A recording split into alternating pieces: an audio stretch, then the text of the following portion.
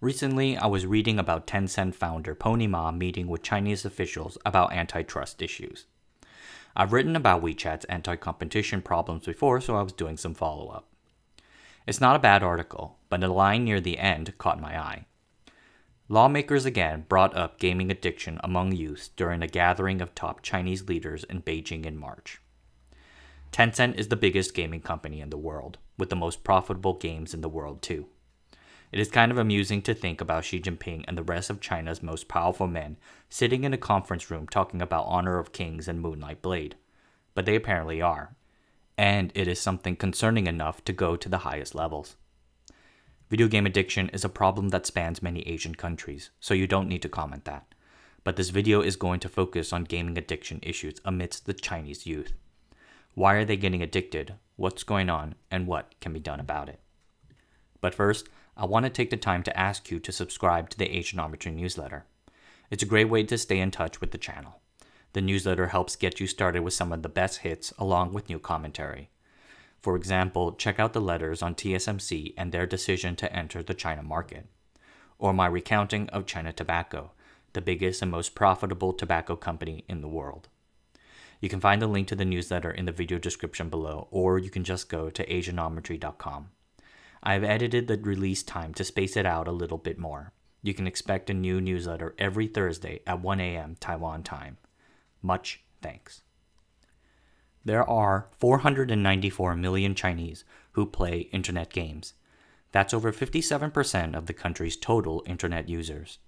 Most internet gamers play it healthily, in such a way that helps them cope with the slings and arrows of everyday life. However, a significant percentage have found themselves addicted to their games.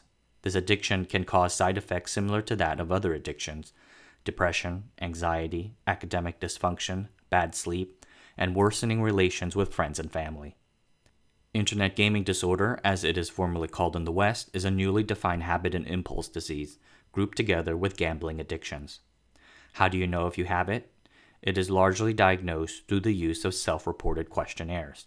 The questions can differ, but mostly include the following. When not actually playing games, am I thinking about playing? Sign of preoccupation. When I cannot play any video games, do I get irritable and restless? Sign of withdrawal. Have I been spending an increasing amount of time playing video games recently? Sign of tolerance. I have tried to cut back or stop playing games, or I usually play games for longer than I intend. Sign of loss of control. Because of video games, I have reduced my homework, eaten less, have gone to bed later, or have gotten into an argument with someone. Continued use despite knowledge of problems, plus conflict with job, relationships, school. Sometimes I conceal my gaming from others. Deception. When I feel bad, nervous, or sad, I play video games.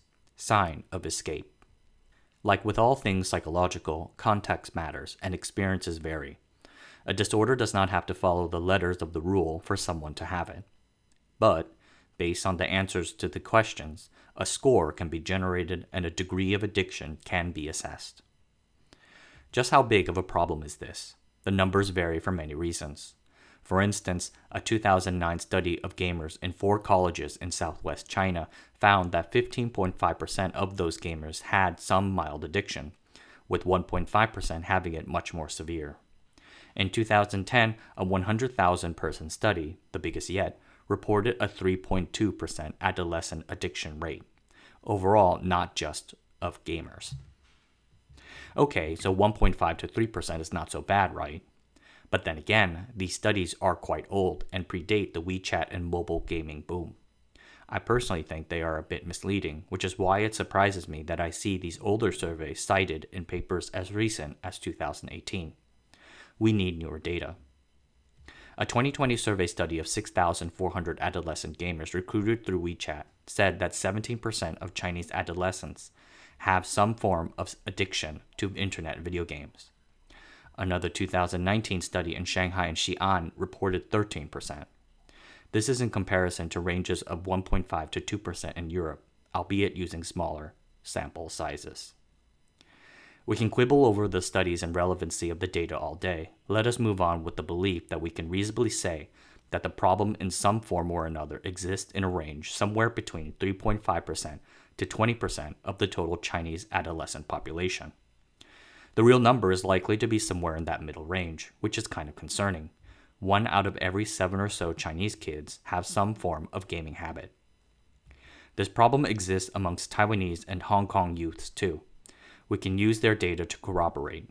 I've seen many a Taiwanese teenager on the MRT mindlessly swiping at a character sprite on a mobile phone. One study in Taiwan shows that 46% of adolescent game players exhibit some form of addiction. 2 Hong Kong studies show that 13 to 15% of gamers can be said to be similarly addicted. Is there anything that makes Chinese youths more susceptible to video game addiction? This has not been thoroughly explored in enough detail to give a conclusive response. When we find traits correlated with addiction, which causes which? We don't know. Correlation is not causation, yada yada yada. With that being said, we can say that game-addicted Chinese youths tend to be introverted and exhibit heightened levels of neuroticism and impulsivity. They may have lower self-esteem, self-control, and elevated levels of perceived stress. Chinese studies have noticed the repeated presence of escapist factors. Escape from what? Difficult relationships within the family or school are most frequently cited. Bad parent-child, teacher-student, and student-to-student relationships are most cited when studying gaming addiction. What a lot of people have noticed is that young people in Asian cultures do not have a lot of agency over their lives. I mean, even less than what young people normally get elsewhere. Student life is highly structured and often focuses around stressful test-taking and educational achievement. Additionally, Asian societal dynamics emphasize obedience by the child to both the parent and the school teacher. Sometimes, those parents and teachers can be strict to the point of abuse. In a situation where everything is up to someone else, video games might be the only place where a youth might be able to exercise some form of control. In every market, there is demand and supply. We talked about demand, now let us talk about supply, the game companies themselves. The Chinese video game market is the biggest in the world. The most common video games there are mostly free to play. This means that the game maker allows the player to access most of the game's functions and levels without payment. The game makes money when the player buys something within the game's universe. For instance, players might pay for certain skins and accessories. In other games, artificial limiters are placed on game progress. Players can pay to lift those restrictions and keep playing the game unimpeded. The majority of players do not buy anything, so game companies have to find that small percentage of players who do, the so-called whales. User research finds that the longer the player plays the game, the more willing they are to transact virtual goods. Gamers love to enter a state of quote-unquote flow when playing a game, that feeling of being totally immersed in something. Thus, companies are incentivized to maximize their game's stickiness. One particularly sore point are loot boxes, repeated in-game purchases to obtain a random selection of virtual items. For instance, if you want to get this particular colored skin for your character, you buy the loot box again and again until you get it. A legal study in China found that 91 of the 100 most popular video games on the Chinese Apple App Store have loot boxes, far more than what can be found in the UK and Australia. Even games deemed suitable for 12-year-olds, 90% of them have loot boxes. It is a core part of the Chinese gaming mechanic. Some 70% of transactions come from people aged 29 and under. So, gaming companies specifically target such young gamers with bright colors and cute designs. It is inevitable that adolescents get caught up in the dragnet, kind of like with cigarettes. And sometimes the kids play games because the parents themselves play a lot of games too. Like parent, like child. The Chinese government has passed several regulations in an early attempt to wrangle its video game addiction problem. Some of these regulations have gotten bad press in the West, which I think lacks perspective into the enormity of the problem in Chinese society. The first is the requirement for gaming companies to verify the identity of their players, kind of like how banks need to know their customers. If a player is not verified, then they cannot play. Exceptions are made for demo versions of games, where 1 hour of play is allowed and no money can be exchanged. The second is the forced shutdown of all video game services to juveniles between 10 p.m. and 8 a.m. The regulation follows that of similar actions undertaken in South Korea. Later studies of that effort, though, did not find improved sleep patterns amongst youths. We will see if China will be different. Third and finally, companies need to provide hard limits on gaming hours played and money spent. Kids cannot play for more than 3 daily hours on weekends and holidays, 1.5 hours on school weekdays. Kids under 16 cannot spend more than $28 a month on their games. Under 18, that limit doubles. Again, these regulations follow that of South Korea. China did not come up with the idea first. But it should be noted that these regulations in South Korea were eventually found to be a form of illegal corporate discrimination and overturned.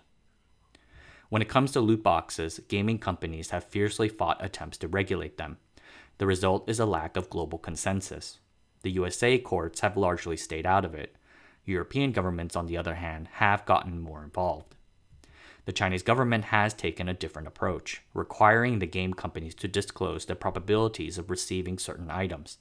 But adherence to the policy is somewhat lacking, with disclosures hard to find, not adding up to 100%, or constantly changing. One paper noticed that games have added quote-unquote pity timer mechanics, things that raise the probability of certain items appearing the more loot boxes you buy. This is not a mercy. It actually encourages you to play longer and longer. To close, I want to share a short personal story. My college roommate was a video game addict. When I first moved in for the year, he had been a nice enough fellow and apparently smart. But he soon got into playing an MMORPG and never left his room. His grades crashed, he ate nothing but the chicken nuggets that he would microwave 3 times a day. I hated that smell. His parents back home could do nothing even after the university booted him from the program. He just gamed all day in his chair right up until I moved out. I know that I might sound like my father right now saying this, and even if most people eventually just grow out of it, it just does not feel right. The long-term effects of video game addiction are scarcely studied, but the short-term effects of poor academic results, crippled socialization abilities, and financial deterioration are bad enough to warrant some corrective behavior. And I agree with you that the problem is complicated. Gaming addictions can be indicative of more deeply ingrained problems within Chinese society, symptoms rather than causes, and we should tread cautiously when curtailing freedoms. I agree with all of this. But doing nothing about the problem except to rub our chins and to say that it is complicated feels like the wrong solution. The country should not just let this grow unchecked. They got to try something. Yet I think the gaming companies, all of which are Chinese by the way, have had the upper hand thus far in the battle to curb gaming's societal influences. Sometimes I wonder if Tencent having control over WeChat and its news functions has something to do with that. There's just too much money sloshing around. But now that the problem is reaching China's highest levels, I am interested to see how that might change in the near future. Alright everyone, that's it for today. Thanks for watching. If you want more content, feel free to hit up that email newsletter and sign up. Or check out the Patreon if you want to support the work I do here and watch any of the early access videos. If you want to drop a line and say hello, then you can email me too at john@asianometry.com. I'll try to get back to you as soon as I can. I love getting letters from viewers. Until next time, I'll see you guys later.